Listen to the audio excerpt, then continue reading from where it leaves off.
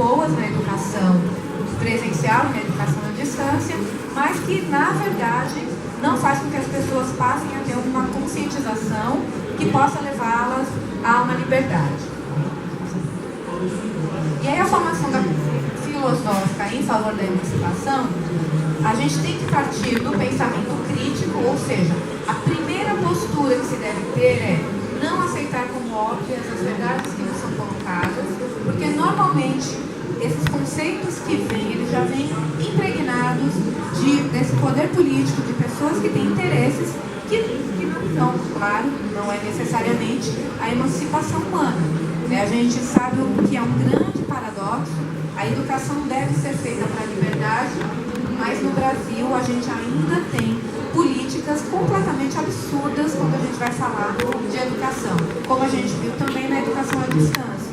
Você exigir, por exemplo, que um polo tenha uma mesma biblioteca do que uma biblioteca central é muito complicado, limita muito o acesso das pessoas à educação, porque felizmente a educação à distância ela vem para possibilitar o acesso a pessoas que nunca teriam. E, Érica, mas seria interessante que a gente tivesse biblioteca em todos os polos, obviamente que sim, mas é melhor você ter a possibilidade de estudo tendo uma biblioteca virtuais que você possa utilizar, do que não ter o acesso ao seu ensino, porque você não pode fazê-lo presencialmente, porque não tem biblioteca física. É uma contradição. Na época em que nós vivemos, eu gosto muito de livro, eu falo que eu sou velha, então livro para mim é fundamental. Mas é óbvio que a gente tem acesso a uma quantidade infinita de informação que pode nos fazer um bem enorme na formação em qualquer área. Então essa crítica já era feita anteriormente, hoje a gente percebe que ela ainda é muito válida. A formação da consciência filosófica, portanto, ela passa por uma crítica, primeiro ela é negativa, no sentido de não aceitar como óbvia, não aceitar como válido qualquer tipo de conhecimento, e sim colocá-lo sob crítica para a verificação desse conhecimento. Para isso, a gente precisa ter autonomia de pensamento. E só se desenvolve a autonomia de pensamento quando o professor dá essa, primeiro ele tem, primeiro ele é livre, e ser livre é um conceito que daria um debate à parte.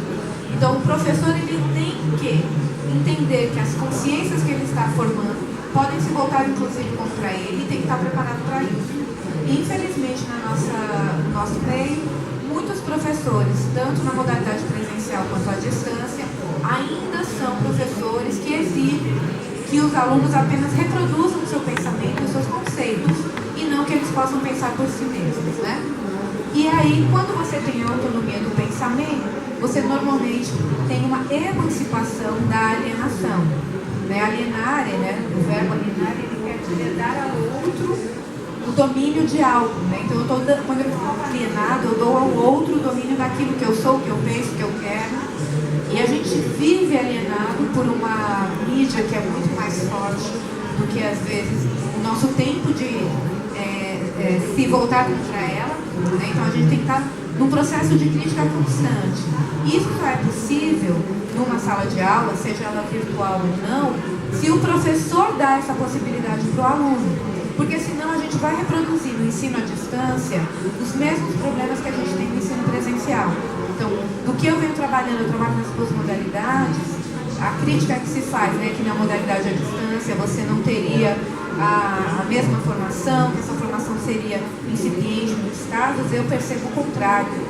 É possível que numa sala com 50 alunos, o aluno não abra a boca durante 6 meses e termine a disciplina, enquanto que um aluno à distância, num curso bem coordenado, bem dirigido pelo próprio professor, ele tenha que se pronunciar, tenha que participar e ele talvez produza mais e melhor que um aluno presencial. Ele não pede a outro. Na verdade, a gente precisa lutar para que essa alienação seja superada. E acho que isso é necessário a partir do papel do professor. Aí a conscientização seria, portanto, a provedora de políticas públicas que garantam essa emancipação. E aí a gente está no paradoxo. Por um lado, eu preciso de políticas públicas educacionais, educativas, que ampliem a possibilidade desse pensamento mais crítico. Por outro lado, eu cobro, desde o MEC, cobrando todo o sistema de ensino, até o professor cobrando o aluno, ou seja, toda a avaliação ainda é uma avaliação que preza muito mais pela repetição e reprodução do que pela criatividade. Né? O aluno criativo hoje tem problemas. Né? Eu, quando era pequena, eu tive muito problema em sala de aula, eu sempre fui muito boa aluna, mas eu sempre fui muito contestadora. E era terrível. E eu achei que eu poderia ser contestadora agora no doutorado, e nem sempre eu pude. Né? Eu tive um professor que era extremamente retrógrado, né, nessa tentativa. Eu falei assim, poxa, a gente vai passar 50 anos da vida estudando e ainda assim a gente não pode dizer o que a gente pensa. Então isso é uma reprodução que a gente vê em todos os níveis, infelizmente. Claro, estou falando de um modo mais amplo e geral, reconhecendo várias atividades, pessoas, grupos, escolas, faculdades que já têm essa liberdade, que já dá que o professor já tem uma formação muito mais rica de experiências que possibilita mais autonomia. Então, qual é o problema aqui? A gente tem que pensar em políticas que sejam desenvolvidas por pessoas capazes, tecnicamente, sem dúvida, mas também eticamente, que pensem pelo grupo e não pela manutenção do status quo, garantia de validação de tais políticas, né? Então uma participação mais efetiva dessa nossa democracia, que também não é uma democracia direta, como foi a democracia grega, mas como democracia representativa também tem muitos problemas, né? Infelizmente a grande maioria da população não se envolve politicamente nos assuntos, no máximo participa da votação quanto muito e depois joga nas mãos dos deputados, senadores, vereadores, de todo o grupo político a responsabilidade pelas políticas públicas e não é capaz de acompanhar, né, todo esse processo. Por quê? Porque o acesso ainda é ilimitado e ele precisa ser de qualidade. Então, o que eu venho concluindo, né? O ensino à distância é uma excelente maneira de se dar a muitas pessoas que não teriam acesso, que seria sempre uma pessoa limitada na sua participação política ativa, né, de forma para o crescimento do grupo, talvez essa possibilidade de sair dessa alienação, criar uma certa autonomia e com isso cobrar essa emancipação política. No Brasil ainda o acesso é pouco, a educação à distância vem crescendo, a gente vê os números a cada ano são expressivos, mas ainda está muito longe do ideal, da necessidade que a gente precisa para ter um país mais evoluído. E eu acredito que a EAD ela pode ser um dos meios para se transformar essa realidade. Uma educação muito mais voltada para a transformação social do que para a transmissão cultural. Né? O Gadotti, ele foi um aluno de Paulo Freire e eles ressaltam muito a importância de uma educação para a ação. Né? A gente ainda tem uma educação muito voltada para a repetição, para a reprodução, mas não para a ação. E essa ação tem que ser emancipatória.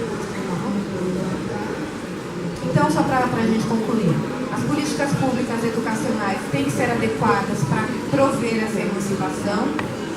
Em Platão a gente já via isso, ele já questionava a formação do grupo, né, dos atenienses especialmente, que eram muito mais levados pelos sofistas do que pelos filósofos, ou seja, era mais fácil você ver uma multidão para ouvir um Gorgias, um Protágoras, um Trasímaco, do que para ouvir o próprio Platão.